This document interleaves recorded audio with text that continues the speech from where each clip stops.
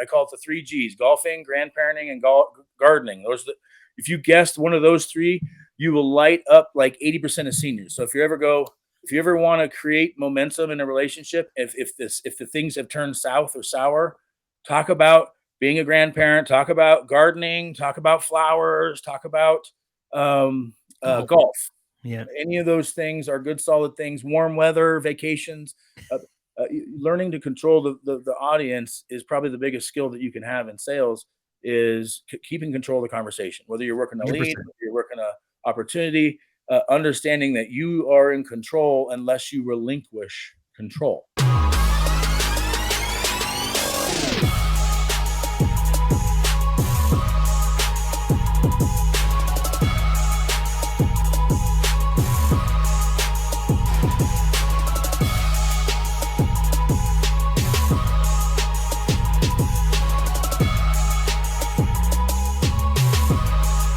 What's up, everybody? Welcome to the show. I'm excited to be back, and I have the one and only Joshua Youngs hanging out with me today to talk about all things Medicare. And this guy right here is the owner of the Medicare Peace of Mind agency, where he single-handedly went and saw thousands of customers jumping in his car, going to the kitchen table, and showing people what hustle looks like.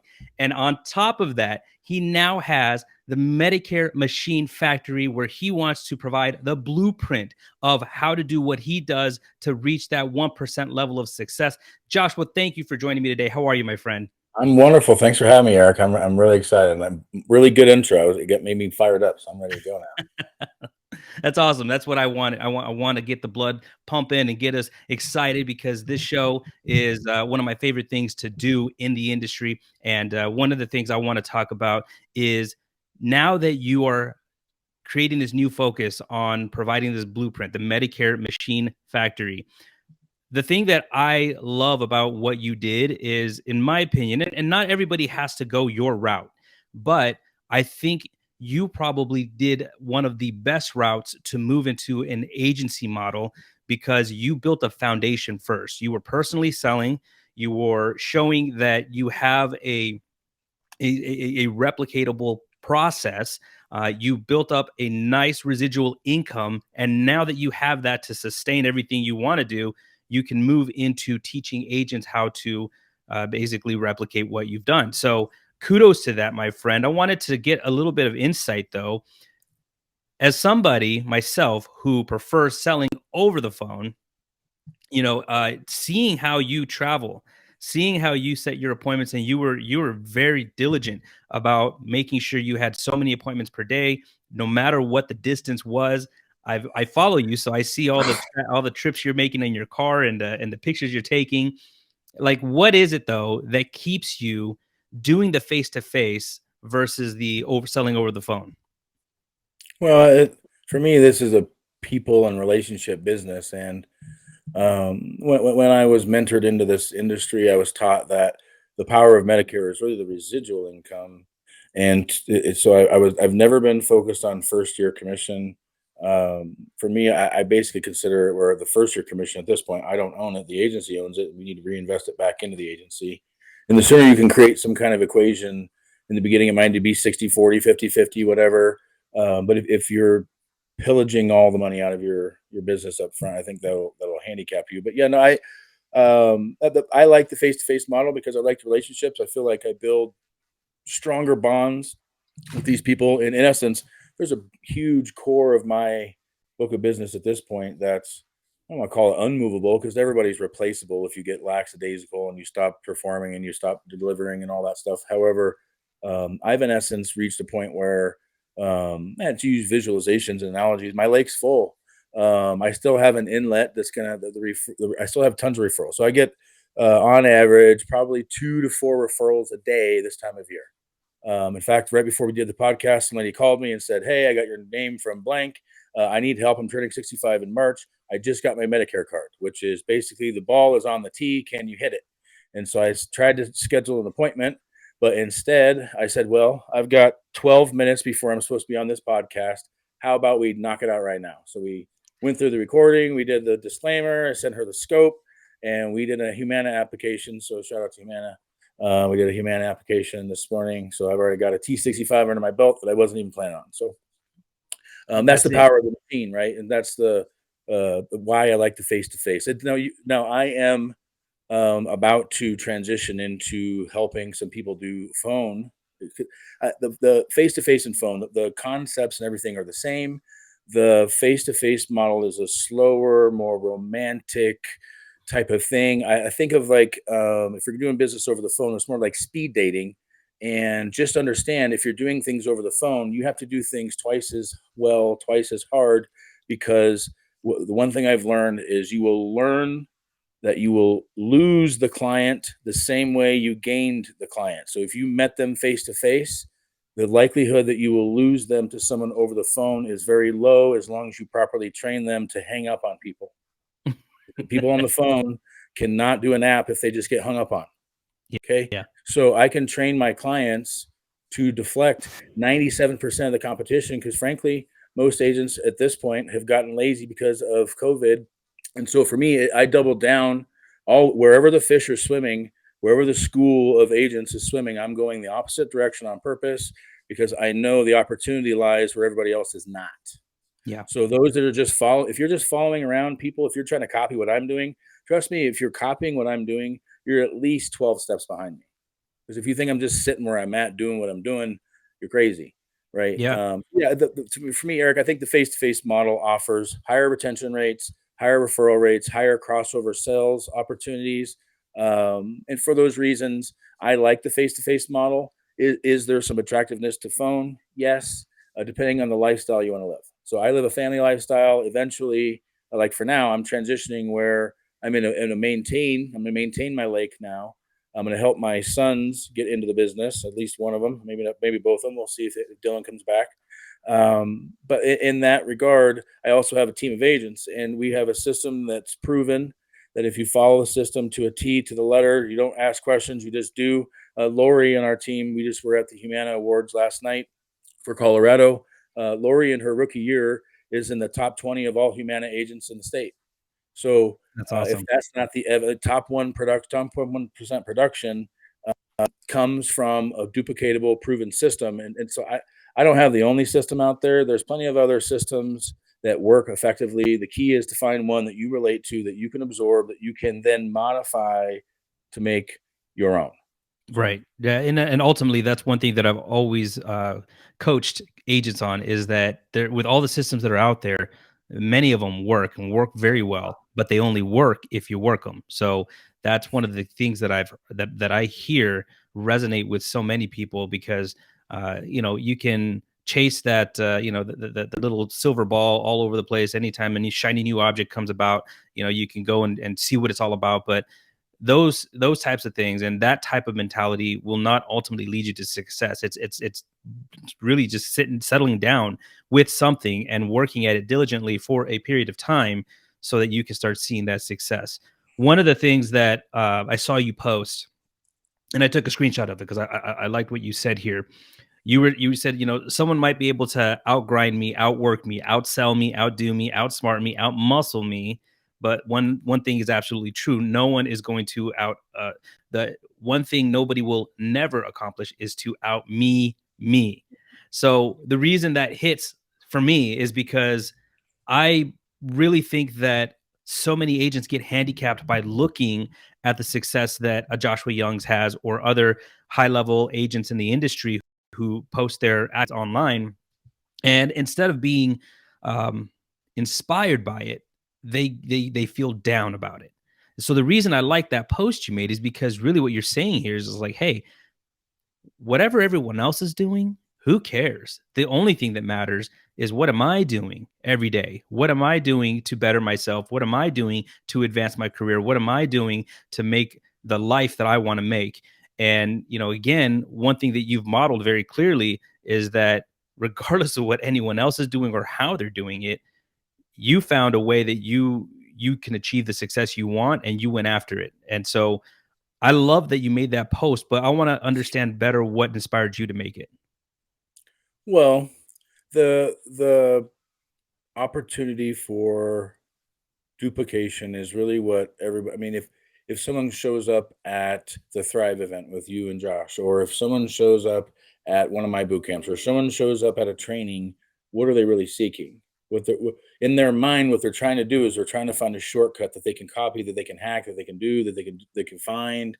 And in reality, the shortcuts aren't there. The shortcut is that you have to be the one. And I've never done like a Tough Mudder or a triathlon or any of those kind of things, but I can put myself in the mindset as though I was. And so I would envision, so I don't know if there's anybody out there, but if you've ever done one of those, I would envision that during the race, you are not focused on anyone around you. You are focused on the task at hand in front of you. You are focused on the goal at the end that we're going to finish the race and what time or whatever those things are. You're racing the clock. You're racing yourself. You're racing your friend maybe, and that's what you want. You want some running mates. Absolutely, you need to find some people that are at the same development level that you are, and in essence, have a race to the next levels because that'll help you develop faster. It'll help them develop faster, and so that would be one hack that I would start with. Is it's okay to have competition, but find some healthy competition with people that are at the same level. You don't you don't want to compete with an Eric Fierro and a Joshua Youngs out the gate if this is your first year. Now, it's good to aspire to those levels, but you really should be competing with someone else that's in their first year and crush all of those and try to be rookie of the year first year. Don't try to be top agent of the country first year. Now, you have to have the mindset that I want to be the top, but also have the humility to understand that you need to find someone in that top 1% that you align with values and thought processes because there's a ton of people in the top and they all have different personalities. They all have different preferences. Some people hate me, hate my guts. I'm sure there's plenty of them. And whenever I find them, I block them and I never think about them again. And I encourage you to do the same thing because I also put a post up the other day about being triggered, but that comes back to being me. And now I've learned, and they call it maturity. I just call it experience and learning who I am over time, and slowly but surely. The farther you get to the top, they say it's lonely at the top. Well, it is because it has to be in order for you to get to the top. Because most people don't have the right mindset. Most people have that, what you were saying, the oppressive mindset, like, oh gosh, he's putting that up, the numbers up to make me feel bad about myself. No, well, I'm putting those numbers up to show you what's possible in a short period of time if you just get a chance. And I am a firm believer in second, third, and fourth, and fifth, and sixth chances. I've gotten all those my whole life, maybe when I shouldn't have several times. And so, if you're an agent and you're struggling right now, find someone you can align with, and it doesn't mean you have to move up lines. You don't have to any of that stuff. What you need to do is make all those business decisions wisely. And if you don't know, ask somebody. And I'll tell you, uh, the way I've seen most new people ask something is either with a open or anonymous post into one of these big groups. And I'll tell you, that's the worst way to do that. Here's my recommendation for anyone looking for advice on a new upline or anything else. Go to each one of these groups, find the admins of each of these Medicare groups, and go to them and ask them because trust me, all of these groups are a funnel of some way, shape, or form to funnel either recruits in or people to business or other things. And so skip the bottom of the funnel, go to the top of the funnel, find out what the opportunity is, find out what the value proposition is from the top, not from the group. Find out from the top and then verify stuff that you get from the top with some of the quality people in the group that you would trust. But just blindly throwing that out, I mean, you're yelling out into the courtyard with a bunch of people that are unqualified. That think about it. Who has time to sit there and respond to posts in these Facebook groups? Either the owner of the groups, but who in the top 1% sitting around waiting to reply? Right. The ones If who I have don't have time and nothing I to do. see one, yeah, I like I said, what are you doing? And so, yeah, the post was be you, understand that you, whoever you are, me, I offer a unique combination of skills and personality and charisma and all those things. You have all those things too. And just understand that a very small percentage of you and your personality and how you believe and all that, very small percentage is like ingrained genetically. Most of it is programming you've either received or allowed to be programmed into you, and you can reprogram that anytime. And so if you want to take the mindset of I'm going to be the best Medicare agent in the country, I had this lady call me after my last boot camp and she goes, I want to be the top Korean agent in the country. That's what I like to hear, right? That's the mentality you have to have. But it's not, she didn't say I am. She says, I want to become, right? And having that student mindset, that changes everything. Because I went through a period of arrogance in the beginning, Eric, where it, most things in my life have been ridiculously easy for me. So I Yeah. don't know what it is, blessed by God, whatever you believe in, natural skill sets, those kind of things.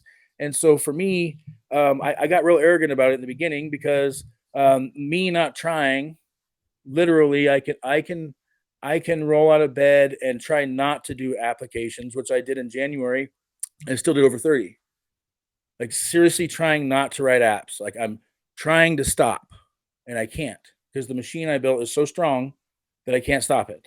So it, you can do that too, but you have to have a vision in your mind of where the destination is. Because if you don't, you can't stay disciplined in the direction you need to go because there's going to be storms, there's going to be pitfalls, you're going to get flat tires, you're going to get a whole litany of different things that are going to be a barrier to your success unless you look at them instead of a barrier, instead you look at them like an opportunity, Yeah. because every barrier is an opportunity to learn and grow and get better, and then next time when you'll be prepared, you won't go do that. So yeah, be you. That, I guess, that was the 5-minute version of be you, Eric.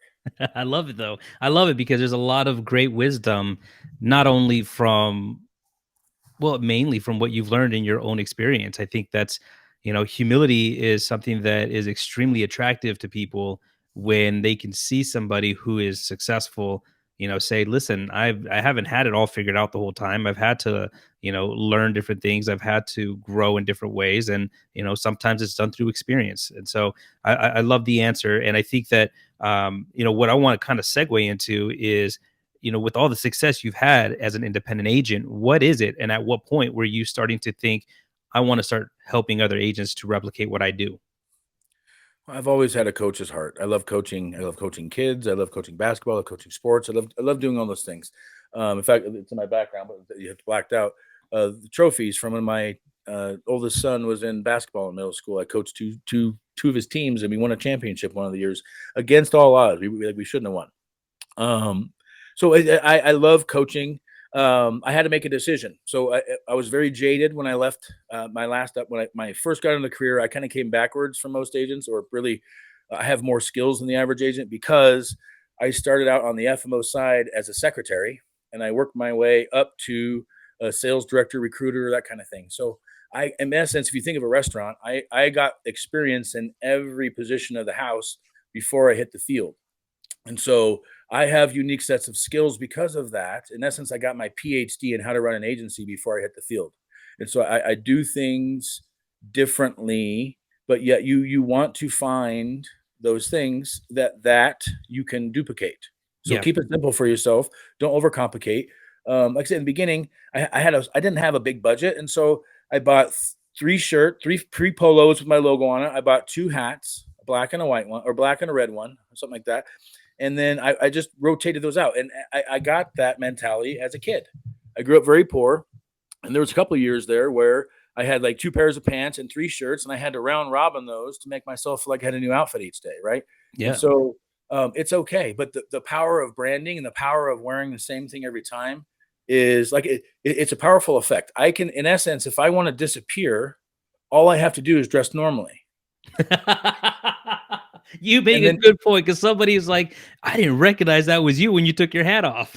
right. And so it's so powerful that yeah, that's the power of branding. It's not that I get tons of leads because of it, but subliminally it's been planted over time that people expect a certain thing when they see this, right? Yeah. And so yeah, that's part of me being true to the true north and the vision that I had.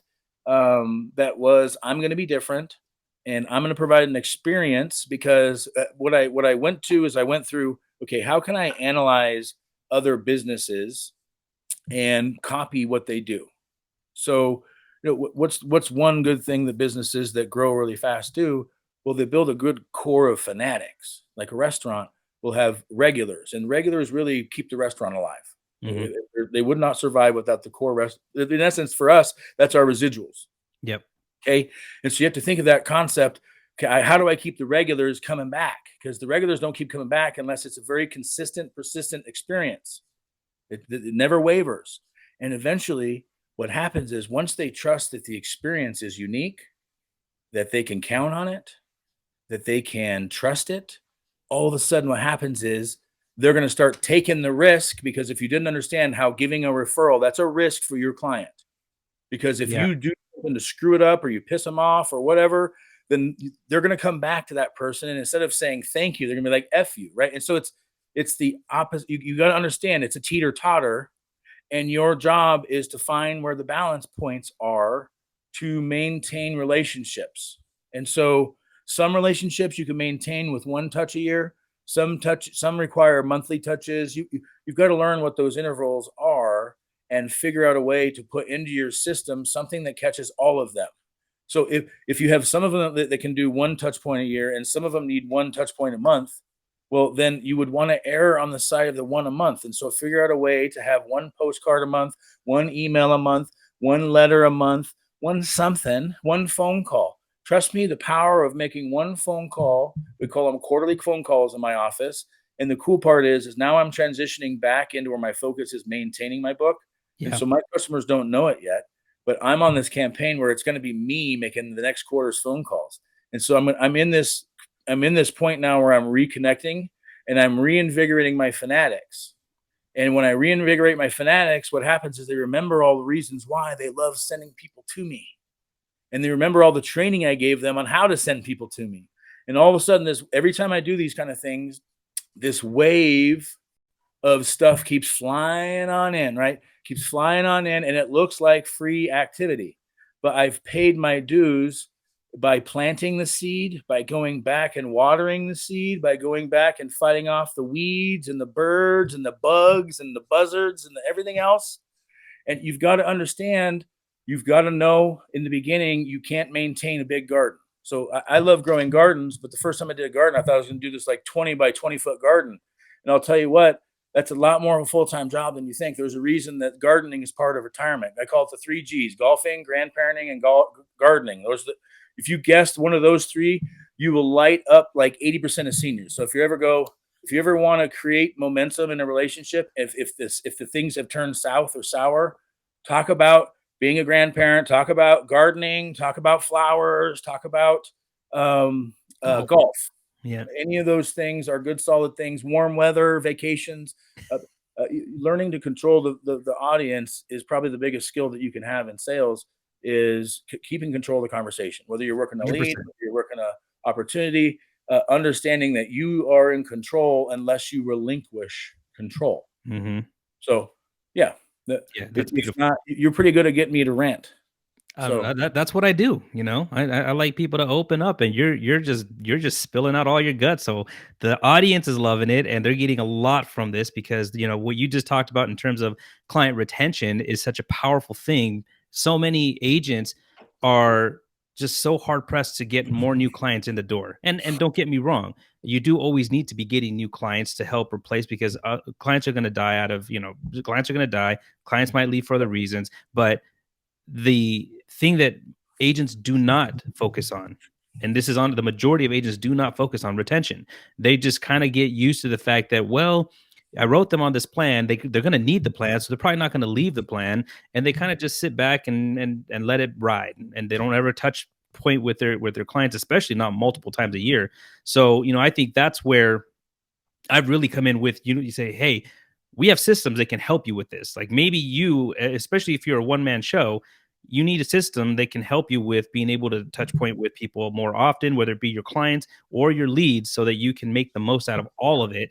And that's really one of the things that I try to really harp on a lot is client retention, client retention, client retention. So you you started up this Medicare machine factory because you wanted to basically show all these values, techniques, tricks, tips, and processes. And so give us more of a lowdown. Like what is the well, Medicare machine well, factory? let's talk about what it's not. Okay. It's not a recruiting machine. What it is, it's my, I don't want to build a huge team and hierarchy. What I want to have is a Spartan warrior team that everybody wants to get on, but nobody gets to be on.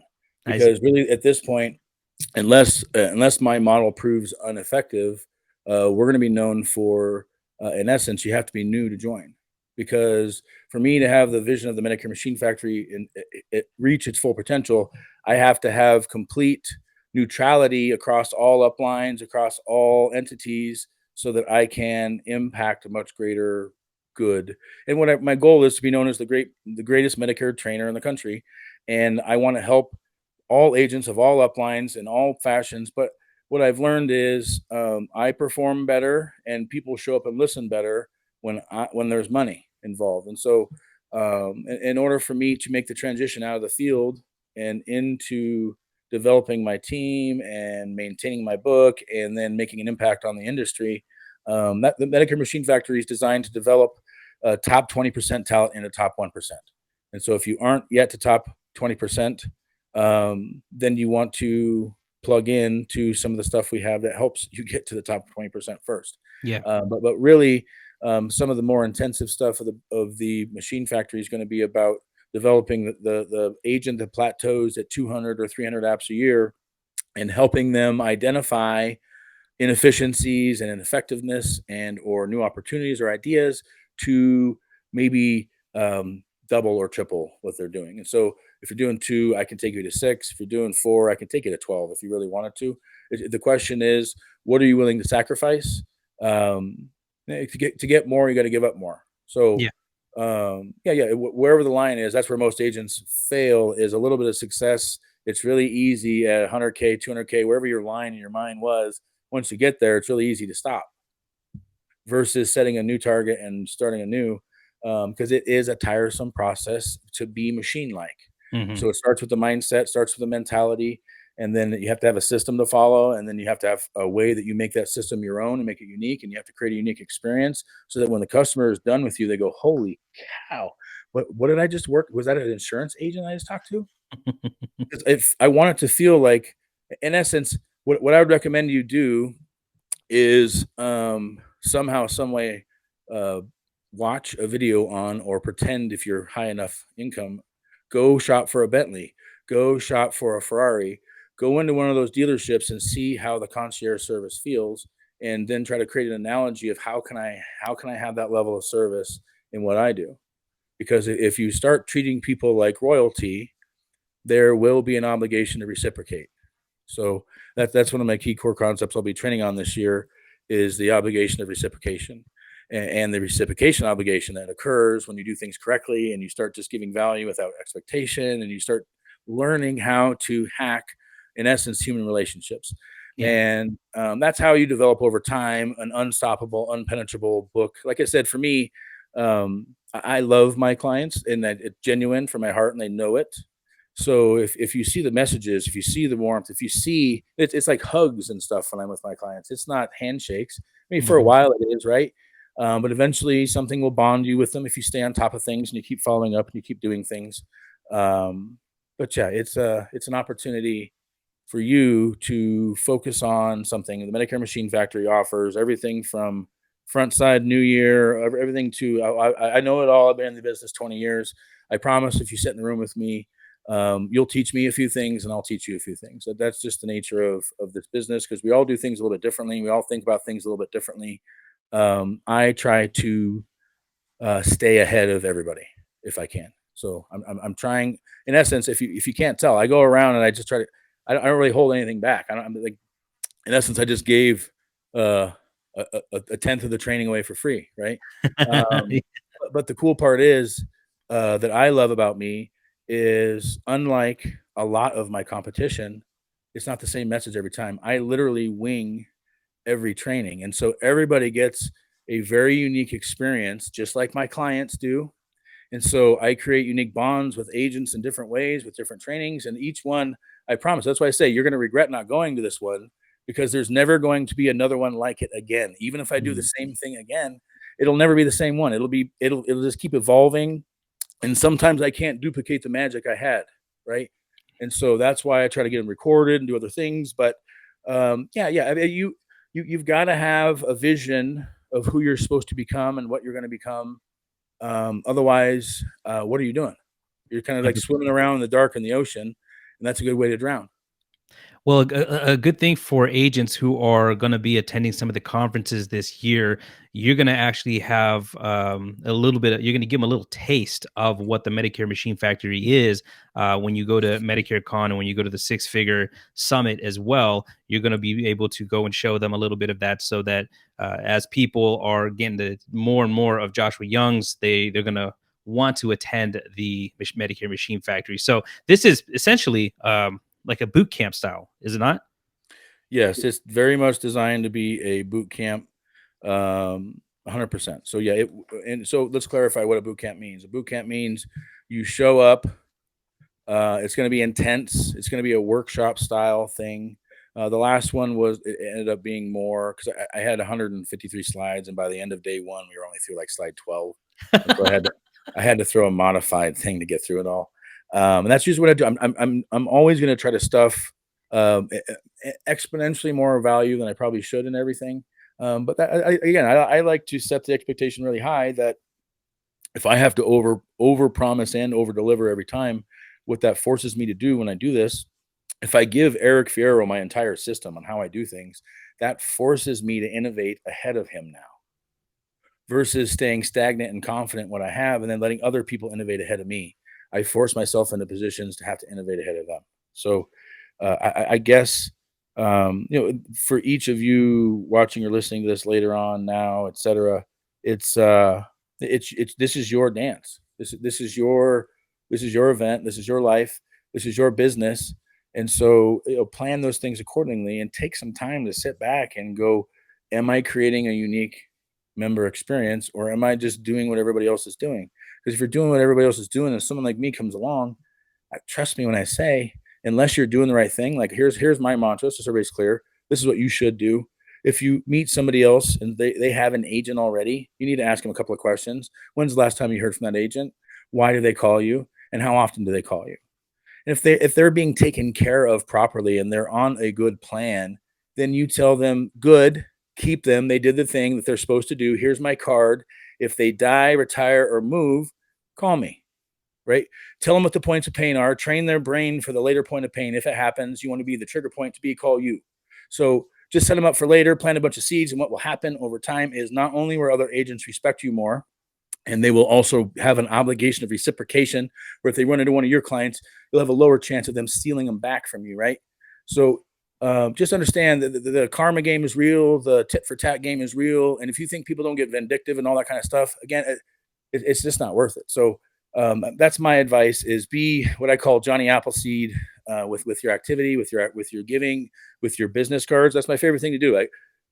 On the urinals, on the phone booth, on the bus stop, wherever I'm at. If I'm in an area that I know seniors are going to be around, somehow mysteriously some cards will fall out of my pocket. And, and if you design your cards correctly, some amazing things will happen. Yeah. So it's amazing things like I get 3 or 5 calls a year that people say they found my ID and it's my business card. Okay. So if you design those things with enough thoughtfulness, you can create momentum. I want to ask one last thing before we wrap up, because we can keep going. Obviously, like you definitely are willing to continue to provide the goods. But the last thing I want to ask is this: you focused initially mainly on selling Medicare products, right? You have a lot of agents that will come into the marketplace as a new agent, and they'll try to sell multiple things right off the jump. And I think to their detriment, they have a lot more trouble gaining traction because of it. Now, maybe you might disagree, but I feel like looking at your blueprint that you've had, you wanted to focus mainly on one product first and Well, I think eventually I, expand I once you think you master. need to focus on a channel, and the two channels are the two licenses you have health or life. And so, if you're in the health channel, if you're in the Medicare channel, your focus should be Medicare. It should be hospital indemnity, should be critical illness, should be dental, vision, hearing, and then you should have a referral partner or somebody who's going to teach you how to identify the life, the annuity, the other stuff, and then you, in essence, rely on someone else for a while to get a piece of the action because that money is easier to split with agents than Medicare money is. So you can do commission splitting and other stuff with those kind of things. And so I would pick a channel, life or Medicare, get really good at that channel because what you need is a fallback. So when you add the new channel, you have to have the fallback of residual income or the ability to go, oh, I can do a Medicare lead drop anytime and I can generate revenue, or I can do a life insurance drop anytime and I can generate revenue if you're a life agent. But yeah, I would pick a lane, life or Medicare, and then once you're good at one, or if you completely just hate one, then pivot and switch to the other, or add the other when it's appropriate time. But you have to understand, in order to add the other, it's like having two pitchers. You can only focus on one pitcher at a time. So pick a ball and hit a ball, and then you can switch pitchers again. Got you. Perfect. Perfect. Because I think that happens a lot. What would you tell the agent who, when you tell them to get a referral partner, because it's something that I suggest all the time in the beginning, get a referral partner. I don't want to give up the commission. Like I could write that. That could be all mine. What would you say to those agents who think that way? Like, what do you mean? Have like a commission split with a referral partner? Not wanting to split the commission because they're just like, Well, well, if I know how to find it, then why don't I just take care of it instead of referring it out? here's what I would say: if you should treat everybody like family, like you're helping your own parent, your own mom, or whatever, your own family member, and be honest about yourself. If you're not an A plus in whatever you're going to offer, then you really owe it to whoever you're helping and caring about that they should at least talk to an A plus.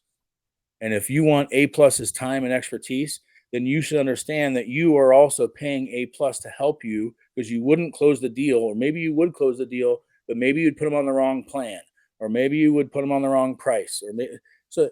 Just understand there's levels to this, and if you're not an A plus in anything, then you should be relying on somebody who is, to make sure that you're not screwing somebody's life up, Yeah. because these products that we are, this isn't like a TV that they just return and the problem's over. Like, some of these people could be stuck on a type of insurance that you put them on for the rest of the year, or there should be some catastrophic consequences for the advice that you give, and so you need to take responsibility of that and understand that half of something is better than 0% of nothing. Because if you do the wrong thing and you don't do it right, all you're going to get is a charge back anyway, and so all that money that you thought you had, they're going to take back. So just let a proper professional handle it. And if you want to learn, tell that professional what kind of relationship you want to have. I promise you, there's going to be some kind of sliding scale. Like, if you want me to do all the work, I keep 60, you get 40, I get 70, you get 30, whatever those numbers are, they work out with you. If the more work you do and the more involved you are in learning, trust me, they would much rather you learn to fish than just bring them fish. Yeah. Love So, it. That's a yeah. great answer. That's a great, great answer. I love that. A plus. If you're not A plus at something, you should be referring it to someone. Treat people like family, because those clients, they trust us as professionals, and too often, people who aren't trained well enough are making wrong decisions for those clients, and then it will not only affect them, it will eventually affect you. So that's great advice, Joshua. Listen, like I said, we could keep going, but we're running up on Yeah, 40 no, minutes. I got to run. I got to get to Colorado Springs for my next appointment. I Um, appreciate you being on, yeah. my friend. I know that a lot of people are going to get great, great wisdom from this interview. And again, check him out. He's going to be at Medicare Con at the Six Figure Summit. And also, you keep an eye on him. Follow him on Facebook, because he'll start talking about the Medicare Machine Factory in the next upcoming dates. Do you already have an upcoming date Yeah, for? yeah. There's one this month, so I got an in-person. This is designed. It's called a launch relaunch boot camp. So whether you're brand new, or whether you are in plateau or you can't get going, it's February 21st to 24th. It'd be mmfactory.pro/new agent bootcamp. Okay, mmfactory.pro/new agent bootcamp. There's limited spots at this point. I may scale it back. I was going to do 40 spots, but I may cut it back to 20. And I've got my team coming, so there's probably only a couple of spots left. People have been afraid of the price. It's $1,000. I actually lowered it from 1,600. I'll tell you, this is 4 days of intensive training with me, 8 hours a day. You also get an opportunity to be at we're doing live seminars, educational seminars all that week. So everyone that goes will have an opportunity to attend a live seminar and see how we do the T65 seminar game. Hey, The value of this thing is 50K plus. But yeah, I'm not out to make a crap ton of money on this. But if you're going to show up, I'm not going to like pay for you to show up. So I at least need to cover my cost for 4 days of my time. Like, technically, I'm very undervaluing this. If I'm looking at what is 40 hours of my time worth, it's not $1,000. It's more like $40,000 at least, yeah, right? So, 100%. yeah. I appreciate the time. I got to run. I hope everybody has a great day. If there's anything I can do, add me on whatever, Facebook, LinkedIn, whatever. I am not a hard person to approach. I'll give you help, to just try to do half the work before you get to me. in essence, if you're drowning, swim halfway. So don't just go, oh, what do I do? Say, okay, this is the situation. Here's what the research I've done and what I think. Is this right? So if you're just asking me to do it for you, that's the wrong way to ask someone to help you. What you want to do is say, this is what I've done so far. Is it correct? And that's a much different approach, and you should do that. So Love it. Love it. Joshua Youngs, you are the man. Thanks again so much. Everyone, thank you for tuning in. We will see you on the next video. Take care.